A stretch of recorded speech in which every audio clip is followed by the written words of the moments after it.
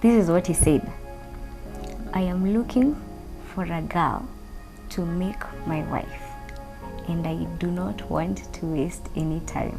So if you're ready, just tell me.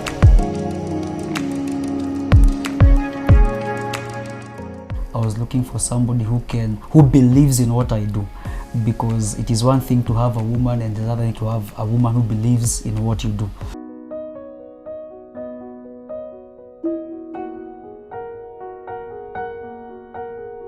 My name is Kelvin Chege Ngoshi.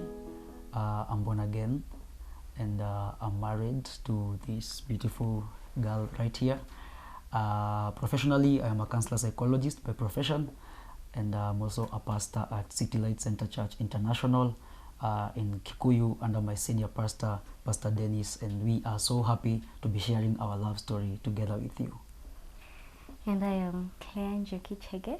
I am the beautiful wife to the most amazing man. I am a community health assistant by profession, and this is our love story.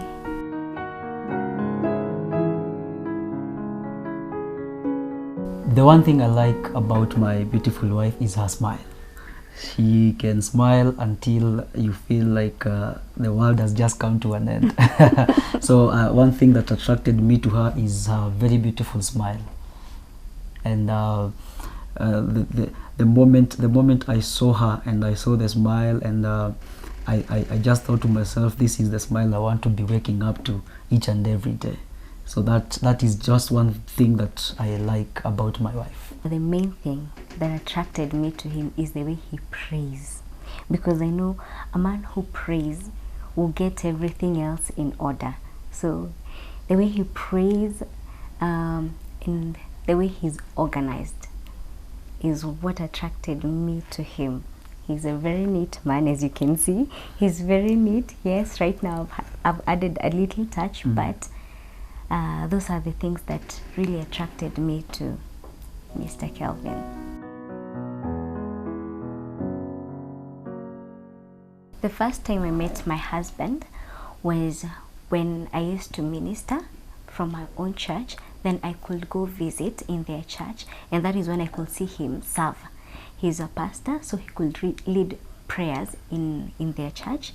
So anytime he used to lead the prayers, I could feel so attracted to him, and I could tell myself, this is the man I want. This is the man I want to, a man who makes a prayer for you until you feel like the heavens have just answered. So that is how I saw he could pray and pray for his family, and especially his children and wife. At that time we had we were planning something we used to call authentic worship, and we were doing it at our church. So we had brought together so many worship teams and so many groups, and we used to do the practices in our church overnight. I was not really a praise and worship person, but I used to go just specifically to see her and to see her ministering, and I will say that is when I started noticing that there is a beautiful girl here that I can make my wife. So yeah, we used to meet in those practices. We used to meet when we go to their church, maybe for an event, and I will see her from afar. And I remember I used to go and check at the photos, and I was looking for one person in particular. And that was her. Yeah, so that is just how we used to, though we really never used to talk to each other, we just used to notice each other from afar. But I will say that is basically how we started seeing each other and became friends. I will say I approached her. Actually, the first time we spoke, I would say I was sent for a burial somewhere in Narok by my lead pastor. So, and it was a burial of the cousin of one of the members of the band. She was. So I went for the burial, and I think that is the first time we really interacted, and I just approached her, talked to her, and that is just how we started being friends from that burial in Narok.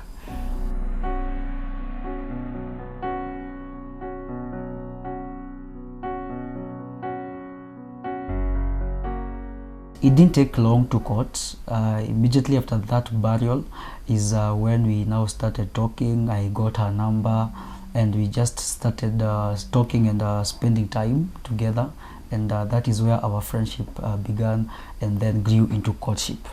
So when he came, when he approached me, he did it in a very different way that first I got shocked. So it took me time to respond, because this is what he said: I am looking for a girl to make my wife, and I do not want to waste any time. So if you're ready, just tell me.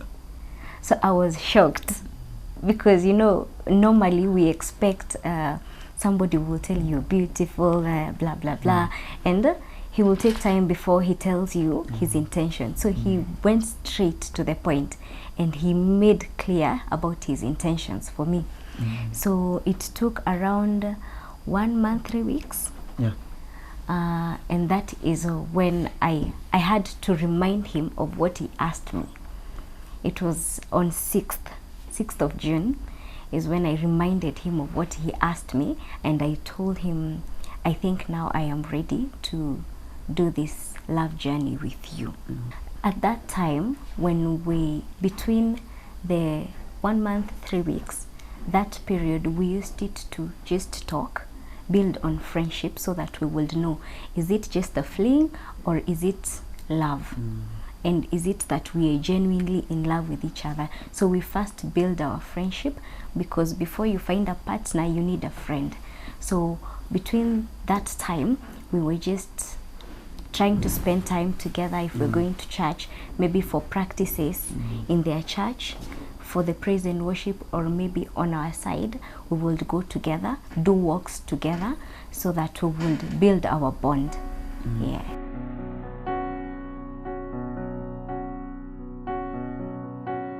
We first took time before we introduced each other to either our parents. We took time to know each other, to be friends. Actually, it didn't. We introduced each other later that year, because that was around June. So we took a lot of time to build on friendship, to build to know each other, and to really make a decision if this is what we want to do. Because you know, marriage is a big decision. So we just took time to know each other, to go for dates together, go to church practices.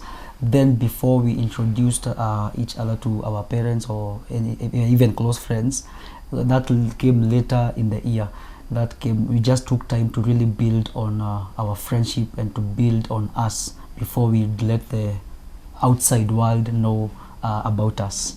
At that time, I was really tired of relationships. I had been in very bad relationships, and actually when I met her, I told her I am tired of relationships. Actually, that's why you hear her saying I just went and told her I was looking for a girl to marry.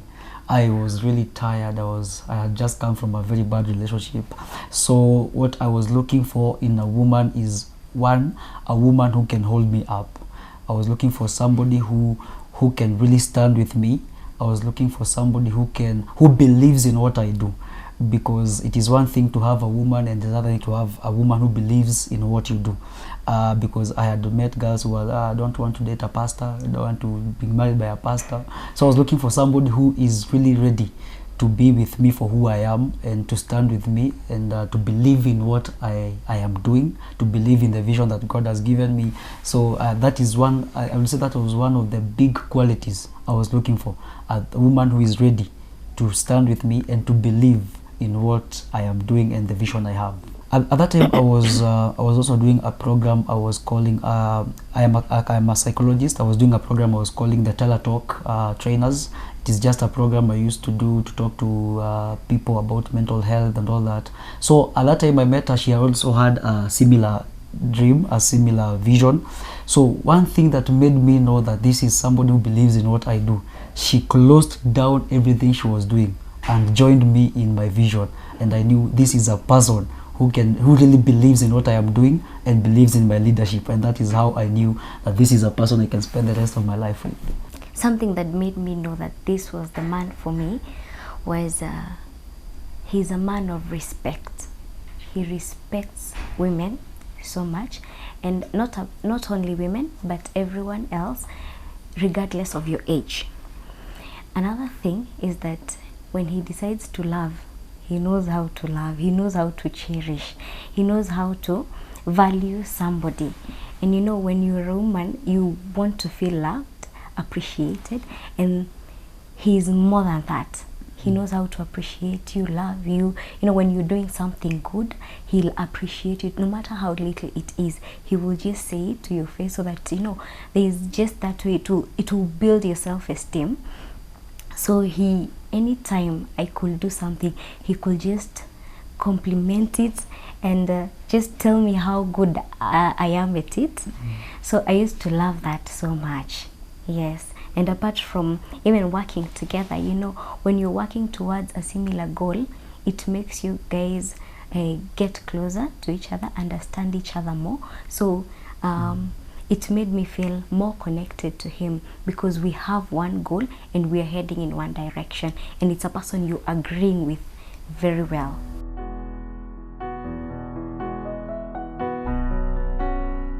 After we built that friendship, and I remember after that 1.5 months is when I now told her, I am ready now to court you, to be with you, and to begin the journey of marriage. Because the first thing I told her when I met her is I was looking for somebody to marry. So after that 1.5 months, now we started the journey. Of course, it was not like we were going to get married 2 months after. It was a journey of like 1.5 years of knowing each other, and really taking time to just interact with each other. And also later on that year, we introduced each other to our pastor, because I am one person who believes in accountability. I went, talked to my lead pastor and told him I have found a girl that I think I want to marry. And we went together, and we started now the journey of even introducing each other to our close friends. And then later on that year, I think November, December, I introduced her to my parents, to my mom and my sisters.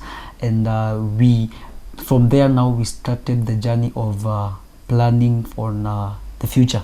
And it was such a beautiful moment, because at that time I had even told my mom I was not ready for this thing. So when I took her to my mom, I was so glad that she was accepted. And that is now how we started the courtship for 1.5 years. The only thing that I found difficult was to introduce him to my father, because I had never done such a thing before. I had never taken anyone at home and told my parents, this is my fiancé or my boyfriend, or I had never done that before. So during that time, I actually didn't, during our courtship, I never even mentioned to my parents until when we were now planning for families to come and meet. That is when I told them I had somebody. But before then, I had never mentioned it to them, because I was so afraid.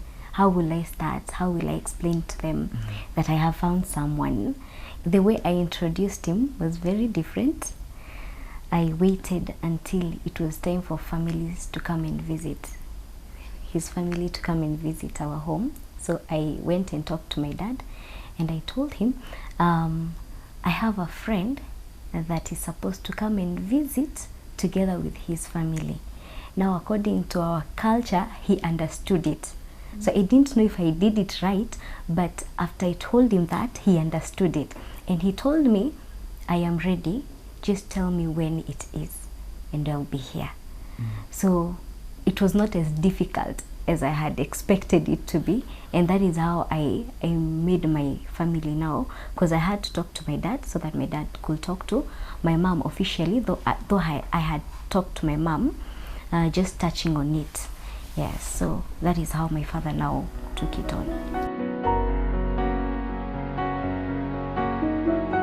The first time I took her to my mom and my sisters, we went for a birthday.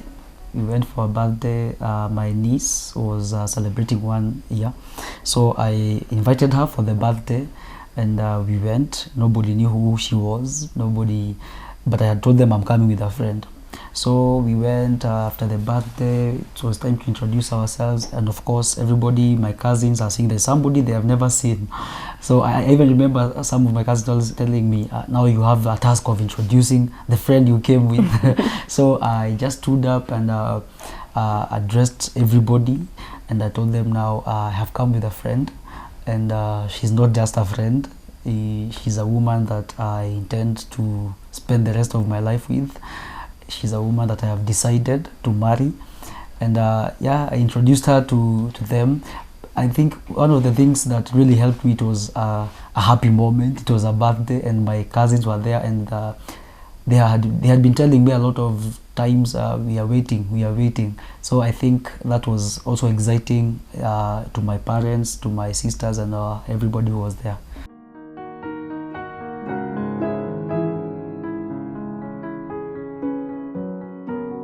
The engagement, how I engaged my wife, it was on a Sunday service, and I had invited her to come to our church that day.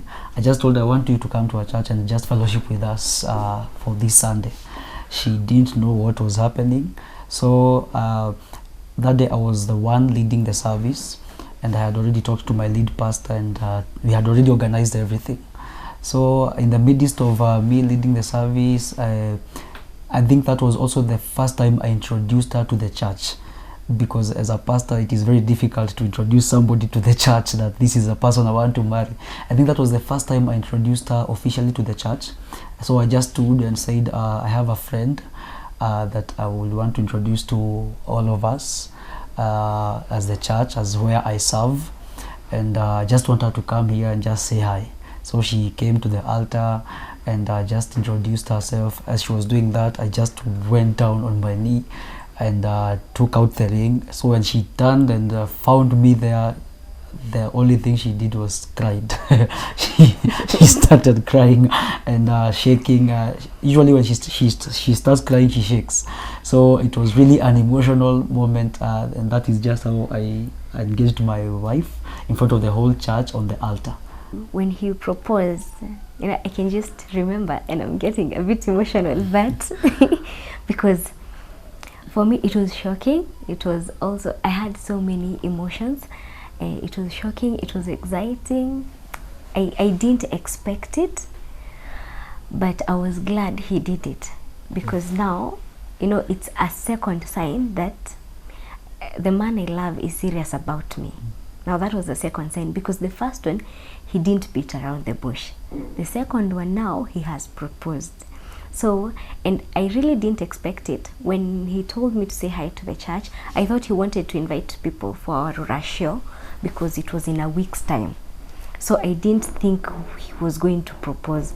So as I was talking and turned to see him proposing, it was just a feeling you can never explain. But again, it's a dream come true, because it's something that you were hoping for.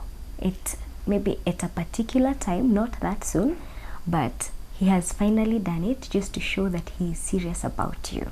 So for me, it was just a moment full of emotions.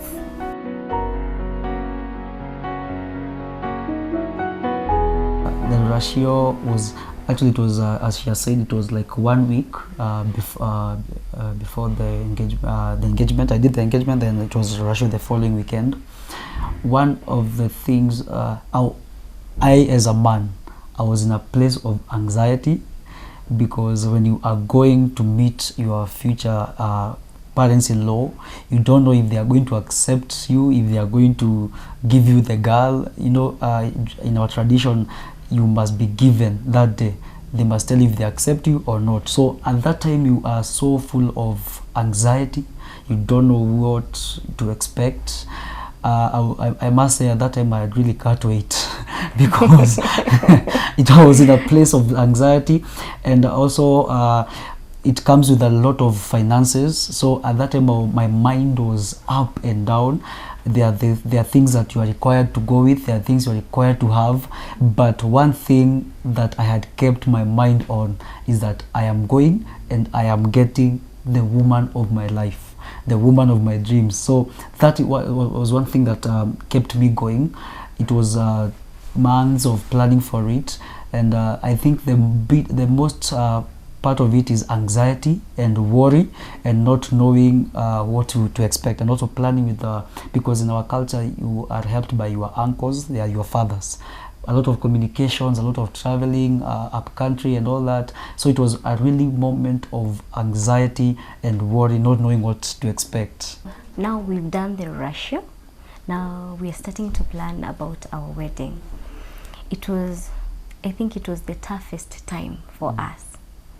And it got to a point I got overwhelmed because now I'm at work, and I'm supposed to go fit a dress, go look for things, but now I only have I have a day. I have to choose: do I go to work or do I go and fit my gown? Because now I had to look for one. I didn't import.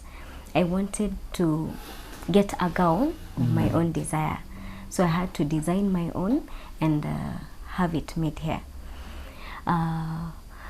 It was a bit hectic.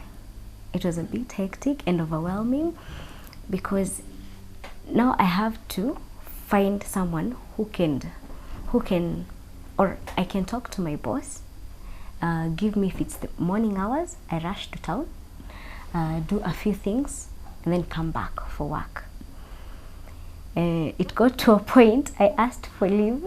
I was told I will not be given my leave until now, the Monday to the last week to the wedding. So I took my leave on that Monday.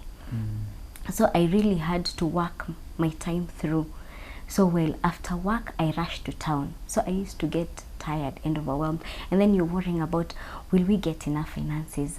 You know, yes, you have your own, but you're wondering now, the prices maybe you had thought of are not what you're meeting on the ground. Things are different. So it was very overwhelming. You know, you would meet to pray, but you wonder, where do we start? Where do you start? Because all of you have emotions right now. All of you have a burden, you're overwhelmed, and you're wondering, how do we start? What do we pray for? What do we tell God? No. So it was a bit of a rough time. Our job is a bit flexible. We don't have a reporting office. So I took a close friend of mine, and I could tell her maybe to organize my team. I work with teams. So if it's on a Monday, I organize for her my team. Then she's able to conduct now my activities during the day. So after I have done that, maybe now I can take that Monday off and go and do 1, 2, 3 things about the wedding. Then now I can come back for the next 2 days and now work. Maybe overwork till for maybe Wednesday and Thursday. Then I can leave her to handle maybe one activity for me, because the activities, people can go anytime depending on whatever activity you have, since it's about the community. So she will do one activity for me, and I will go to town, do a few things again, come back. If we have to check for the grounds together, at least for grounds it was not hectic. We could go in the evening. So there are things that were easier, maybe grounds. The personal things were the ones that really drained me, because he couldn't do them for me. Yeah. Our wedding day was one of the days I woke up early and had slept late because I will say I'm a perfectionist. So that day I was really up and down. I visited like almost every service provider. Like I went to the cake, I went to the food, I went to everything, to the grounds to check on how they have placed the tents. I am a perfectionist. So my wedding day was one of the days I wouldn't say I slept.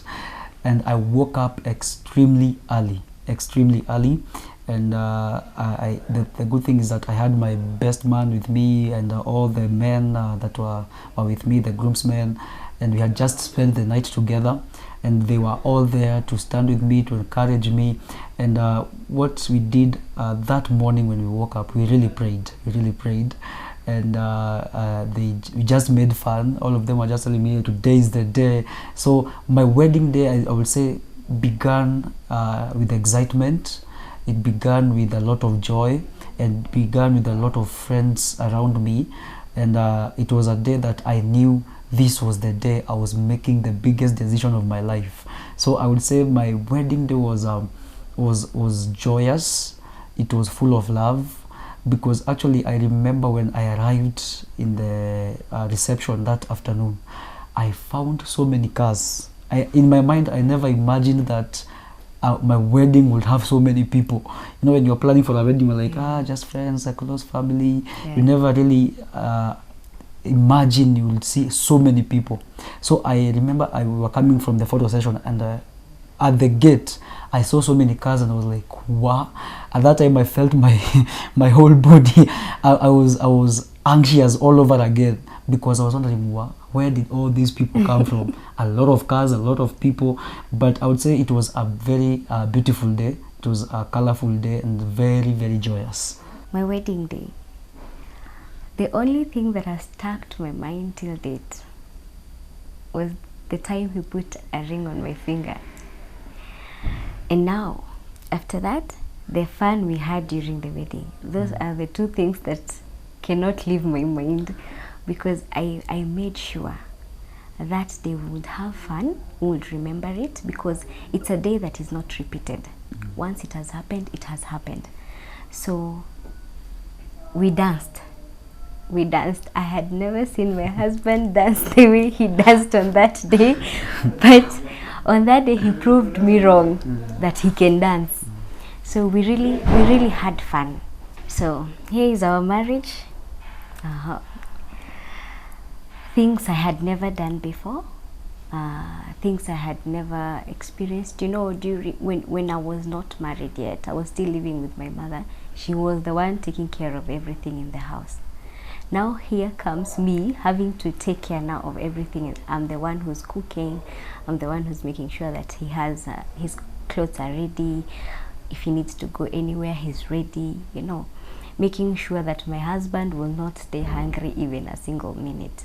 So it was, I think for me that one was a culture shock, because I could feel as if I'm making so many meals in a day.